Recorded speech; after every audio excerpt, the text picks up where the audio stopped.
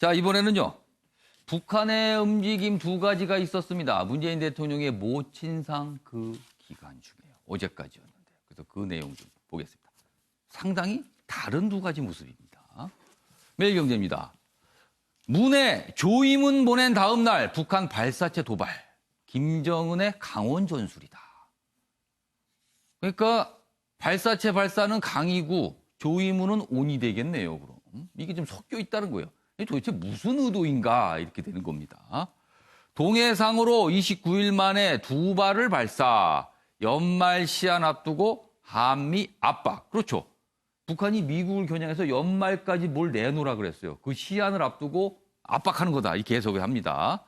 청와대, NSC 열어서 긴급 대응 논의했습니다. 전날엔 윤건현 청와대 국정상황실장이 판문점에서 김정은 위원장의 조의문을 받아 문재인 대통령에 전달을 했습니다.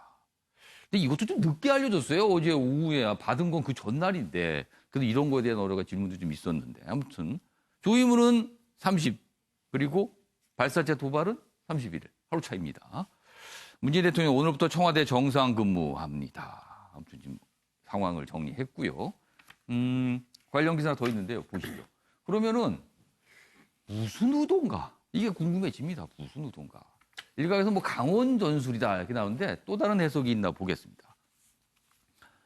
문재인 대통령 모친상엔 성의를 보였고 미국에는 새벽을 겨냥해 도발한 김정은. 그렇습니다. 어제 오후입니다. 통상 이런 발사체 발사, 뭐 미사일, 탄도미사일 발사는 우리나라 시간으로 새벽에 많이 했거든요. 근데 어제는 오후에 했어요. 그래서 이례적인데 미국 새벽 시간을 겨냥한 거예요. 그러니까 미국을 겨냥한 거라는 거죠. 그렇게 해석을 하고 있습니다. 초대형 방사포 추정 두 발 발사, 미국의 비핵화 협상 해법 압박하는 거다. 그리고 남엔 대화 의사 없다. 이렇게 또 메시지를 남깁니다.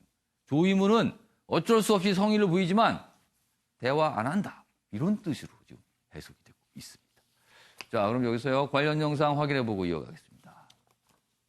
고 강한옥 여사 별세에 대해 김정은 북한 국무위원회 위원장은 30일 문재인 대통령 앞으로 조의문을 전달해 왔습니다. 김 위원장은 조의문에서 고 강한옥 여사 별세에 대해 깊은 추모와 애도의 뜻을 나타내고 문 대통령께 위로의 메시지를 전했습니다. 조의문은 어제 오후 판문점을 통해 전달받았으며 밤 늦은 시각 빈소가 차려진 부산 남천 성당에서 대통령께 직접 전달됐습니다. 네, 김근학 교수님. 네네. 뭐 여러 가지 해석이 있을 것 같아요. 조이민과 발사체 두 발 발사 그리고 하루 간격. 이거 무슨 의미입니까? 해석 좀 해주십시오. 강 여사님의 별세에 대한 조의가 어떻게 보면 마지못해 했다. 그것도 이제 바로 한 것도 아니고 좀 늦었다는. 늦었어요, 그렇죠. 사실은. 그런 차원은 인간적 도리를 안 하면 그것이 나중에 가서 비난의 어떤 빌미가 될 것에 대한 우려가 있었던 것 같아요. 그러니까 고민을 했던 흔적이 있고요. 중요한 거는 뒤입니다. 결국에는 이제 미사일, 이제 방사정포라고 얘기를 하는데 예. 우리가 이제 특정할 수 없는 상황이죠. 지금 아직까지는. 예. 그런데 이제 두 기를 발사한 것이 사실은 본이다. 그러니까 우리가 이제 이 조의를 표시하면 이게 다시 유화적으로 가는 거냐라는 예. 메시지로 해석될 것 같으니까 그 바로 몇 시간 직후에 미사일을 이제 뭐 또 미사일 발사체를 남한 발사한 언론들이 그렇죠. 조의문 보낸 걸 가지고 이거 대화 의지 있다, 뭐 금강산 잘해보자는 뜻이다 이렇게 해석할까봐 그렇죠. 그런 거예요. 그런 그럼? 메시지의 오류를 이제 걷어내는 차원에서 특히나 예. 이 메시지는 결국에 미국을 지향한다고 저는 생각해요. 왜냐하면 지금 김정은 입장에서는 굉장히 초조합니다. 왜냐하면 예. 연말까지로 한정을 지어놨는데 예. 이 아무런 지금 답이 없거든요. 예. 그러니까 뭐 트럼프는 지금 정신없죠. 뭐 선거 때문에 바쁘고 예. 여기서 뭔가 원하는 것이 안 예. 건드려지면 다시 협상 테이블에 갈 공산이 없는데 최근 며칠 사이에 사실은 북한 당국자들이 연일 무슨 담화문 통해서 미국에 대해서 계속 뭘 내놓으라고 그렇죠. 얘기를 하고 있는데 그렇죠. 미국 반응이 없어요. 그렇죠. 예. 그러니까 그런 어떤 오해 소지를 없애기 위해서 강경한 입장, 즉 그 부분에서 또 한국에게도 이제 압박을 가하는 거죠. 네가 예. 나가서 좀 미국을 압박해서 테이블로 좀 끌어들여라. 뭐 이런 중복의 효과를 노리고서 예. 이 상중에도 불구하고 이런 도발을 하는 것 같은데 예. 저는 뭐 아무리 급하다 그래도 상중은 피해야 하는 그런 측면이 있다. 그건 비난의 여지가 충분하다 이렇게 생각합니다. 굳이 어제 그거를 발사할 필요가 있었을까? 뭐 이런 얘기예요, 지금. 최영 고문님 하실 아니, 말씀 근데요. 있어요. 과거에 이런 예. 뭐 모양새를 갖춘 한 적도 더 있어요. 과거에? 노무현 대통령 서거 기간 중에 제 2차 핵실험을 한대요. 그러네요. 색실험이 있었어요. 예, 악수하고 뒤통수 치는 아주 진짜 그때도 사실은 뭐 조임은 보내고 여러 가지 뭐 어떤 다 손뜻이가 했으면서도 있었어요. 핵실험했고요. 그래서 저는 거꾸로 생각합니다. 이게 예. 계획돼 있던 것 같아요. 그 발사체 연료하고 이런 것들은 굉장히 시간이 걸리기 때문에 하는 부분에 발사체 있어서 요 발사 일정은 이미 잡혀 있는 일정이었다. 예, 그래서 이건 남쪽의 뭐 이런 뭐 메시지보다는 저는 100% 저기 미국에 대한 지금 메시지를 하는데 예. 이러한 그 상중 기간이 이제 겹쳤던 부분이고요. 그리고 뭐 과거 그 예를 노무현 대통령 때 그 예를 보면은 예. 사실 뭐 이런 게 예. 예를 갖추고 이러는 부분들은 사실 저는 뭐 찾아볼 수 없다고 생각을 합니다. 알겠습니다. 이런 가운데 조이문 얘기 좀 해보겠습니다. 다음 기사입니다. 사실은요. 조이문이 30일 밤에 도착을 했거든요. 문재인 대통령이 그걸 보신 거죠. 그리고 그에 앞서서 얘기가 이제 왔다 갔다 했을 거예요. 그런데 몰랐습니다. 어제 오후에서나 청와대에서 이걸 공개를 했거든요. 그래서 아침에 매일경제도 어제 아침 방송에요. 오보를 전해드렸습니다. 왜 북한에서 뭐 아무것도 표시가 없느냐? 왜 조이문도 안 보내 했는데 이미 그때 당시는 보낸 상태였는데 몰랐던 거죠. 그래서 아침 매일경제가 뜻하지 않게 오보를 전해드렸는데 아무튼 그 내용입니다. 보시죠. 김정은 조임문 전달 반나절 동안 몰랐던 통일부. 통일부는 북한과 관련돼서 전담하는 부처인데 이런 조임문 통일부가 알아야 되고요. 어떻게 보면 주도적으로 이런 걸 처리해야 되는데 몰랐답니다. 왔는지도.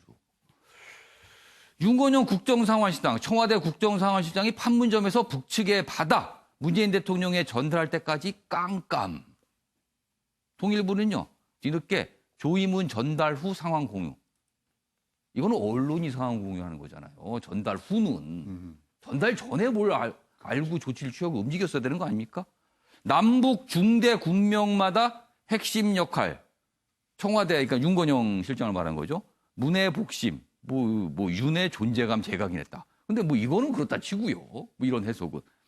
이러니까 통일부 패싱, 이른바. 그러니까 통일부를 뭐가, 북한 문제를 통일부가 이렇게 좀 잘 모르고 가운데 있지 못하고 옆에서 그냥 지켜보고 맨날 이렇게 뒤늦게 한다. 이런 지적이 나오고 있거든요. 그래서 이 부분도 좀 생각을 해볼 문제 같습니다.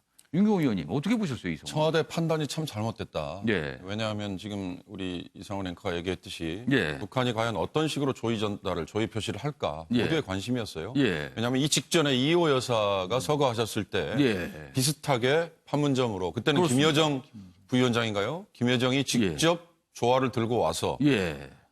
우리 측에 이를테면 청와대를 대표해서는 윤건영 실장 그리고 박지원 의원 예. 등등이 가서 받았지 않습니까? 그렇습니다. 당시에 통일부 장관. 아주 제대로 정식으로 받았습니다. 그렇습니다. 그러니까 이번에도 예. 만약에 조의를 표한다면 조문단이 올지 아니면 조화를 판문점을 통해서 보낼지 예. 아니면 조의문을 뭐 어떻게 어떤 식으로 전달할지. 뭐 온라인으로도 보낼 수 있으니까요. 지금 언론에 남북한의 하트라인이 있기 계속 때문에 보도가 나왔거든요. 그런 그렇습니다. 전방들이. 중요한 건 윤건영 실장을 판문점에 보내서 받았다는 거는 청와대가 예. 그 즉각 발표를 했어야죠. 그러니까 왜 안 했을까? 의도가 있었다고 봐야 될까? 아니면 제가 보기엔 지금 청와대 시스템이 조금 작동이 안 된 거 아닌가? 장례 자체를 좀 조용히 치르겠다는 의도가 있었는데 바로 그런 점이 맥락인가요? 작용하지 않았을까 싶습니다. 문재인 대통령의 뜻을 예. 저기까지도 아마 확대 해석을 하다가 생긴 그래서 어제 장례 절차가 다 마무리가 된 뒤에야 뒤에 공개를 발표를 했다. 하겠다는 아마 판단이었을 것 같은데 예. 즉각 북한이 저렇게 발사체로 도발을 하고 나오니 예. 아마 저걸 발표하지 않을 수 없었을 것 같은데 예. 중요한 건 지금 기사에도 나옵니다만 예. 통일부 장관이 30일 저녁에 국회 예. 외통위에서 의원들로부터 그렇습니다. 질문을 받았을 관련 질문을 때조차도 받았어요. 모르고 있었다는 거는 제대로 된 시스템 작동이 아니라는 걸 보여줬기 때문에 예. 이건 청와대의 명백한 판단 오류다 저는 봅니다.